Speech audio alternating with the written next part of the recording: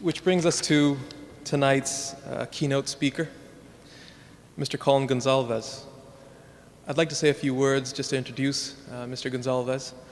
Mr. Gonsalves is Senior Advocate at the Indian Supreme Court and is the Executive Director of the Human Rights Legal Network in India. Mr. Gonsalves is a pioneer in his field of public interest litigation, and he has successfully brought a number of cases dealing with economic, social, and cultural rights. Many of these cases have been decided by the Supreme Court and have been set as precedents for the rest of the country. Mr. Gonsalves started his career as a civil engineer, but was drawn to the law through his work in unions and his concerns over labor issues and exploitation. In 2004, Mr. Gonsalves won the International Human Rights Award of the American Bar Association in public recognition of his contribution to the area of human rights. He's also the founder of the Indian Center for Human Rights and Law, an independent one-stop information center for anyone involved in public interest law. Tonight, Colin is accompanied by his wife, Preeti Verma, who is a well-known human rights activist and lawyer in her own right, and their beautiful baby daughter, Tara. So with no further delay, it's my pleasure to introduce Mr. Colin Gonsalves.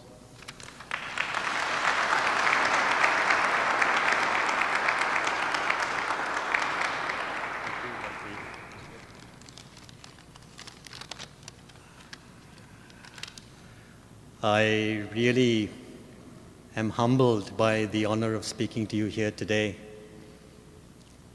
I studied Jaswant Singh Kalra's work, what he did to expose human rights violations in the Punjab, his martyrdom at the hands of the Punjab police. And over the last few days, I spoke to some of my Sikh friends in Canada. Some of their sufferings and pain, their relatives who have also suffered at the hands of the Punjab police, and I've done so little. I have suffered so little. I feel I don't deserve really this honor of speaking to you here today. Kalra Saab stood at this podium in 1995. He had uncovered thousands of Sikh boys and girls, protesters, somewhat militant, somewhat outspoken, democratic rights organizations, trade union people, young people exercising democratic rights. He had the list of persons supposedly missing, but in reality picked up by the Punjab police, tortured, and their bodies cremated without their relatives being told. He came to Canada. He spoke to the press and he spoke to the public about those lists. And he spoke here in the Parliament building. And just before he was to leave and go back to India, he received a warning from India that he should not return. And he said that if I don't expose this story, who will? I must do it. It is my duty. I must go back and say what has happened. And all the rest is history. We know that he went back to India. And then he was picked up from his house one morning, tortured, and his body thrown into the Bias. When you look at his work, and you look at the risk he took, and you look at the continuing risk that people in the Punjab take even today, we realize that we have come a long way, but we have a very, very long way to go. And I don't want to really lecture you very much about the condition of human rights in India today, but I will say a few words about the situation that exists. Many of you have relatives and friends in the Punjab. Many of you travel up and down. And we share the exuberance of India's 8% gross domestic product. We know the incredible wealth that India has, comparable to any country in the world. We know the massive houses that Indians have, the BMWs and the Mercedes-Benzes that they drive, the wealth that they have, the economic power that they have, not just within India, but in the world. The Sikh community has built India in no small measure as a powerful engine of change. And I suspect that in Canada, you will build this nation also into a powerful, powerful economic force and a powerful democratic force as well. So we enjoy and we embrace this growth. And we are happy that India is doing as well as it does. But there is another side, and that's the reason why I'm here today. There's a dark side to India. And that is the side of hunger, poverty, deprivation, displacement, and destituteness. And we cannot imagine that a country with an 8% growth rate should have today 70% of its population below roughly $50 a day. The central government set up a report to look at poverty in India, and the Arjun Sen Committee report concluded that 77% of India are living on less than 20 rupees a day, $50. What an amazing statistic. And you try and say, why is this happened? Why has India become the hunger capital of the world? Why do we have a 50% malnutrition rate, men, women, and children? 17% of all children in India grow up stunted, with a shrunken brain and stunted body. Why has it happened? What is this economic model that allows an 8% growth rate and such unimaginable wealth for 350 million people, and you have 750 million people below a poverty line of $50 a day? How has this happened? And then you realize that the economic model is one where money is everything, where the lust and greed for money is everything. Do what you want, break whatever laws you want to break, bribe whoever you want to bribe. Do what it takes, but make your money. And it's an economic model where social values, morality, the old social democratic structure, all this has become irrelevant. All this can go. All this is meaningless. So you look at your education system and you realize the government schools are closing. The children have to go to private schools, and the rates in the private schools, the fees in the private schools are skyrocketing. You look at your hospitals, your wonderful public hospitals that you had once upon a time, and you see that your public hospitals are crumbling, and the poor have nowhere to go. They can go to a private hospital if they can afford to pay. And as far as food is concerned, I've told you we have a 50% malnutrition rate. And in the Punjab, I do this case in the Supreme Court on the right to food. In the Punjab, just about a month ago, there was grain lying out in the open, rotting. And our Prime Minister was unwilling to give the grain to the people to eat. We have 60 million tons of grain lying in the godowns of India, and you have hunger and malnutrition and poverty at this rate. And the Supreme Court asked the central government, they said, if you have 60 million tons of grain rotting, some of it rotting in the Punjab, rats eating at it, why don't you give it to the people to eat? And the government said, no, we'll not give it to them. And then you realize that this understanding of the market as being the driving force means that either you buy or you die. Either you buy your food or you die. Either you pay for your medicines or you go as you are without treatment. Either you pay for education or you remain uneducated. The whole notion of taking people along with you as one nation, taking everybody along with you as one nation, that model of development has for the last 10 or 20 years gone, disappeared. So the 350 million people go ahead. That's one India. 750 million people remain behind. That's the second India. And this is the reality of modern India. And then there's a darker side. There's a darker side of violence. In a land of Mahatma Gandhi and non-violence, Eastern spiritualism, you have some of the most violent practices the world has ever seen. Khalra Sahib discovered the tip of the iceberg with several thousand people disappeared. Can you imagine several thousand people disappearing in any country? And that was just one state, some districts of one state.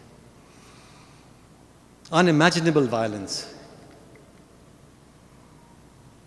Our Home Minister recently said, 1/3 of all the administrative districts of India, 220 out of 640 administrative districts, are under significant levels of armed struggle. Isn't it amazing? The largest democracy in the world, an Asian tiger, today you could say a world tiger in terms of world economy, and you have 1/3 of the country under significant levels of armed struggle, and you have 3/4 of the population starving. Time is very short to go into what kind of economic model this is, what kind of political model. But hunger, malnutrition, and violence happens by design. It's not accidental. It's not accidental to the model of development. It happens by design. The 84 genocide of the Sikhs on the streets of Delhi, thousands of Sikhs killed, massacred, in the capital city, with the army garrisons just outside, with massive police reinforcements possible, with the political elite, the Prime Minister, the Home Minister, there, with the army generals all parked in Delhi, was an unbelievable event. We all know that. We're not here to go into that again.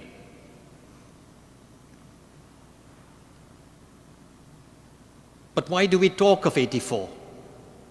Even though it's something that has happened now so long ago, why do we talk of 84?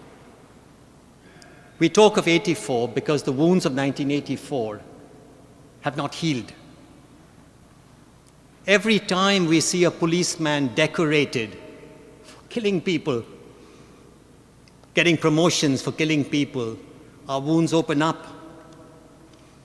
Every time we see the accused who ought to be behind bars walk free, our wounds open up.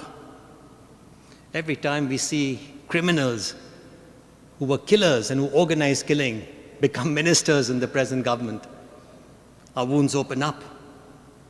Every time we see KPS Gill being lauded, being applauded for having solved the problems of the Punjab, our wounds open up. I went to the NHRC in Khalra Sahib's case. Khalra Sahib took his case to the Supreme Court. The Supreme Court directed the NHRC to investigate and award compensation. You won't believe it, in the NHRC, the stand of the government was that these persons who died in police custody. Government counsel said, yes, they were in our custody when they died. In cross-examination, I asked, how did they die if they were in your custody? The answer was, they were enemy agents. We took them with us to discover the hideouts of the terrorists, and in the crossfire, they died. Just think about that answer. It is the clearest admission of the use of under trials, people against whom there's a charge, but there's not a proven charge. They've not been convicted. It's the clearest admission of the use of under trials as a human shield. It's a war crime. We say genocide, mass elimination of a community, state-sponsored. It's a war crime. That you should take a person and use him as a human shield is a war crime. And the National Human Rights Commission gave us compensation of $5,000 for killing in custody. $5,000 per person. Our wounds open up. And that case, my dear friends, is now in the Supreme Court. Paramjit Kaur has taken that case to the Supreme Court, where we challenge the compensation given to us as being insulting to our community and to the people who died. The riot cases are also going on, but many of those persons who are guilty have now escaped. Evidence against them has been compromised. But one person, Sajjan Kumar, will go behind bars, I can tell you that. I've been following that case closely, and Fulka Saab, whom you know very well, is arguing that case magnificently in the trial court and in the High Court and the Supreme Court. The eyewitnesses against Sajjan Kumar have spoken clearly in court. They have not been compromised, and they have stood up despite threats given to them. And Sajjan Kumar will go behind bars, but he was just one of the hundreds who should have gone behind bars. The criminal justice system, when it came to the prosecution of persons who engaged in such a massacre, that criminal justice system failed us. And the reason why we talk of 1984 is not because we want to open up the old wounds and think about the past, but because there's a very important lesson for us today in contemporary India. And there's a very important lesson not just for the Sikh community, but for the Muslims and the Christian and for all Indians. If in 1984 the criminal justice system had worked, if the prosecution had happened, if those politicians had gone behind bars and those policemen who were complicit in the killings had gone behind bars, would the riots of 1992 have happened? In 1992, remember, 3,000 Muslims were killed on the streets of Bombay.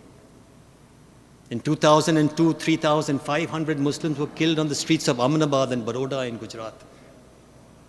And in 2007, 150 Christians were killed in Kandhamal in Orissa. What is this thing about India, which is supposed to be a non-violent spiritual country? What is this thing that allows you to kill people, massacre them en masse? You shoot a man in his head, you go to jail, but you massacre 1,000 people with police support and political support and you run free? What is this? And 84 is important because it tells us that we have to change our system so that it never happens, that a killing can take place or a massacre can take place or a riot can take place, and the criminal justice system will not work. Because the law enforcers are the lawbreakers. Those who are supposed to prosecute are the persons running riot and doing the killing. It's an important lesson for the whole of India today. Manmohan Singh, I am told, has said, when he came to Canada, that the Sikhs should move on and that they should forget the past. Perhaps if Manmohan Singh took his job seriously and our Home Department took their job seriously and prosecuted people, even now, it's not too late, our wounds would heal and we would move on and we would forget the past. But as long as justice is not done to the Sikh community, as long as the persons are not prosecuted, there will never be peace. Generation after generation will remember the suffering and pain and anguish of the people. And they will remember doubly that no one was punished, that justice was not done. We talk of 1984 for yet another reason: stigma. In 1984, the state refined its technique of attacking you and then stigmatizing the victim. The Sikhs were called separatists, terrorists. In Bombay, the Muslims were called terrorists. You massacre 3,000 Muslims on the streets of Bombay and then you turn around and say they're terrorists. In Manipur today, killing after killing in the northeast, unbelievable killing, using the Armed Forces Special Powers Act, which gives the security forces the right to kill on suspicion. Hundreds of people killed, and the Manipuris stigmatized as separatists and insurgents. In Kashmir, decades of suffering, decades of killing, unbelievable suffering, not a single home without a boy, without a girl, without a father, without an uncle being killed. Unbelievable suffering. Killing after killing after killing. Not a single officer punished. Not a single person taken to task. And today when the Kashmiris say Azadi, freedom, we want freedom from this oppression, they are stigmatized as separatists. And in Chhattisgarh, all human rights activists, where the corporations go in to do mining, all human rights activists, stigmatized and characterized as Naxal sympathizers. You know the case of Binayak Sen. He was a doctor working in the remote areas of Chhattisgarh. He was working among the tribals.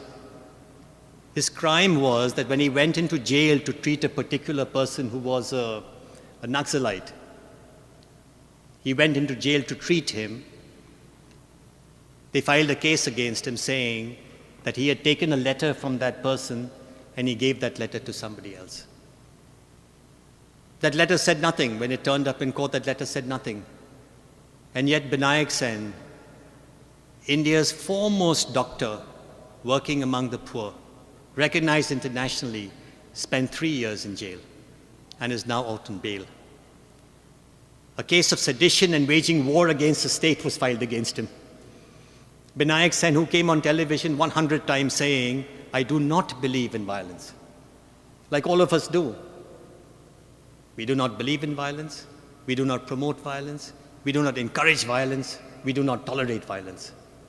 The World Sikh Organization, I've had discussion with you. You make it very clear that violence is not our creed. We want to move by democratic means. We want to use legal avenues for the solution of our problems. Binayak Sen said that 100 times. And the charge against Binayak Sen was waging war against the state and sedition. So stigmatizing, you stigmatize. And I must tell you in the Sikh community that sometimes you feel that you've been stigmatized and things have been said about you that are so untrue and unjust that politicians and others should never have used that language against our community. But it's not true of you alone today. We stand with you. The whole of India stands with you. All those right across the country, from the northeast to Kashmir, right down to the south of India, all those who have fought for human rights and democratic rights, who have spoken out fearlessly against government, who have not allowed themselves to be intimidated by the security forces, who have stood up despite repression, all of them on television and elsewhere, all of them have been stigmatized. I've been told 100 times on television debates, 100 times, you're human rights activists, you are silent when it comes to terrorism. Your human rights activists are the front face of terrorism. All of us. So right across the country, my dear friends, we remember that all those who fight against injustice, all of us, it's been a strategy of the Indian state to stigmatize them in some way or the other.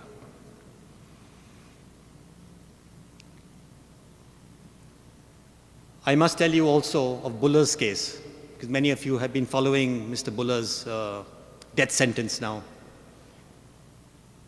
And there's been an unfortunate turn in the Supreme Court, and there's been some unhappy developments in the Supreme Court. But Buller has been sentenced to death.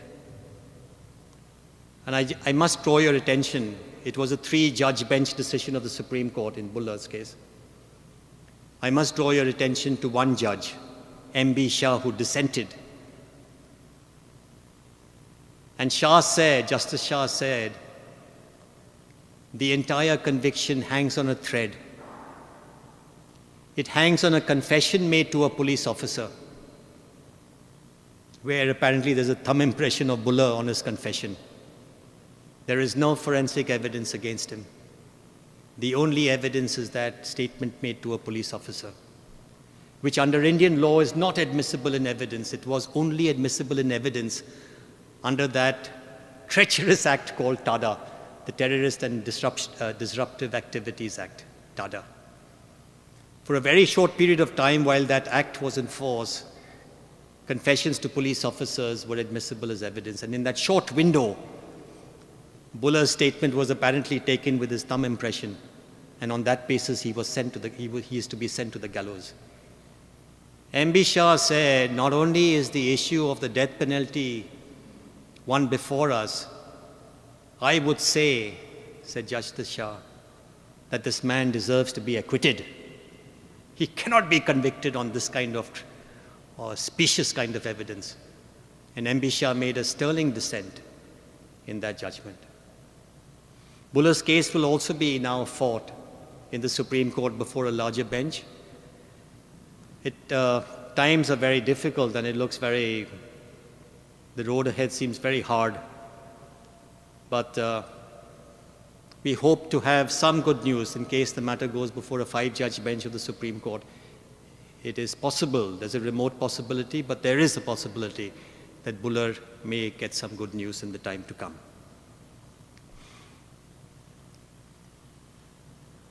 Now this is pretty bad news as far as India is concerned. We are going through a very difficult period. I've told you about the poverty, I've told you about the violence.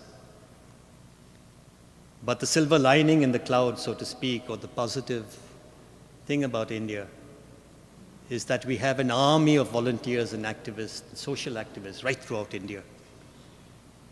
It is the joy of India. It is actually India's spirit. It's the heart of India that despite such suffering, thousands and thousands of young people, Sikhs, Muslims, Christians, Hindus, slum activists, women's activists, lawyers, doctors, large sections of society struggle against this oppression. It's a very difficult struggle because in the world outside, you see India as a shining, wonderful country, doing so well with such a wonderful growth rate and so on. It's very hard for foreigners. It's very hard for Americans, for Europeans, and for people outside to understand how can it be that a country which is supposed to be shining, a country that's supposed to be doing so well, how can it be that this country has such a dark side to it?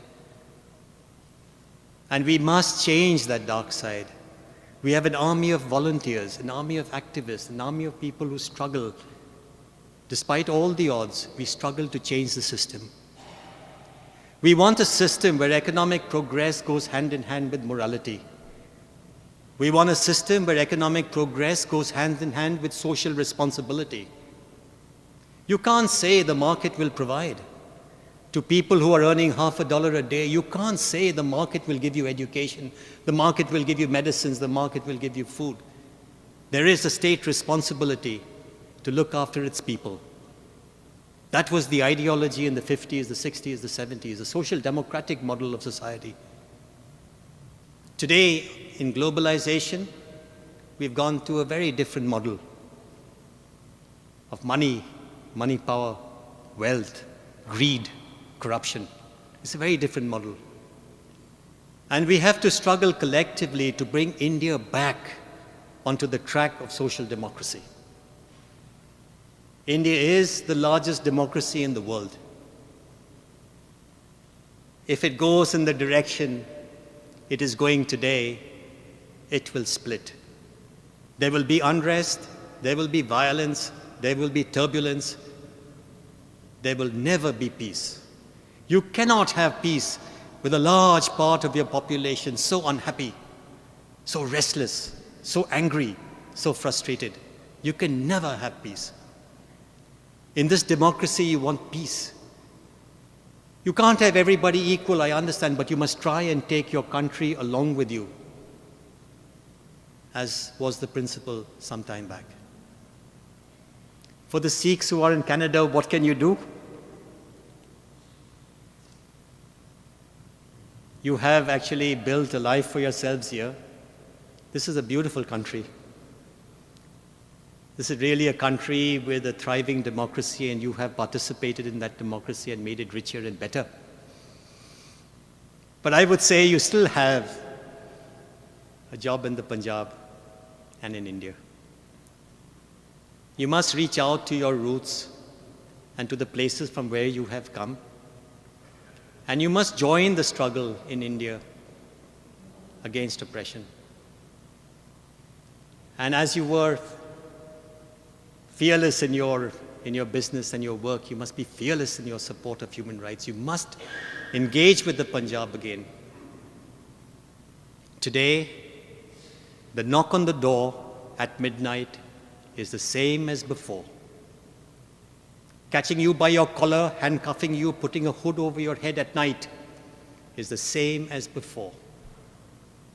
Parents not knowing where your child has been taken, to which police station, where he has gone, with the police not bothering to answer, is the same as before.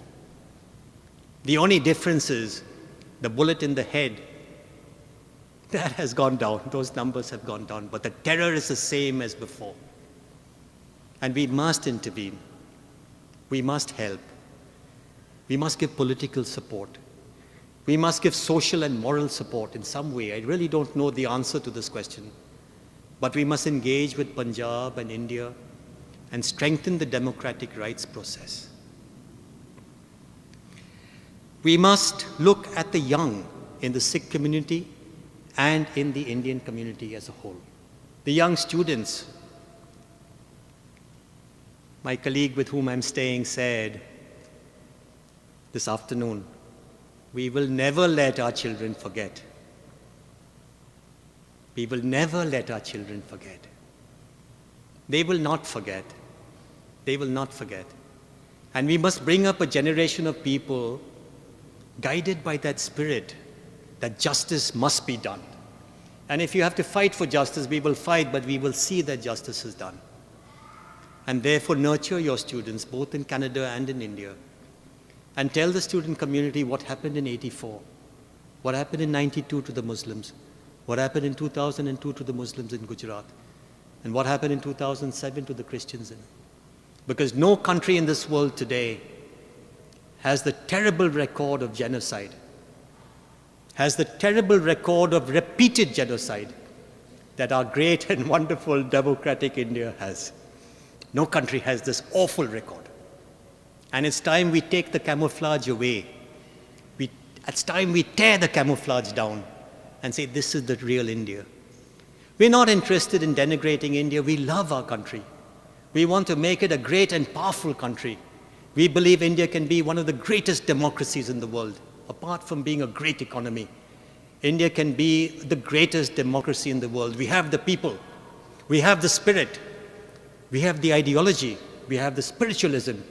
We have the courage. And we have the tradition of martyrdom, where we can die for a cause. We have everything to make our nation a great democracy. Therefore, my dear friends, remember, the tide will turn. It is only a matter of time. Society as it is structured today in our country will not last. This tide will turn. Better times will come. Justice will be done. I hope in my time justice will be done. I'm not so young as I used to be, but I hope in my time justice will be done. And I think India will be, in the years to come, a truly great nation. Thank you very much.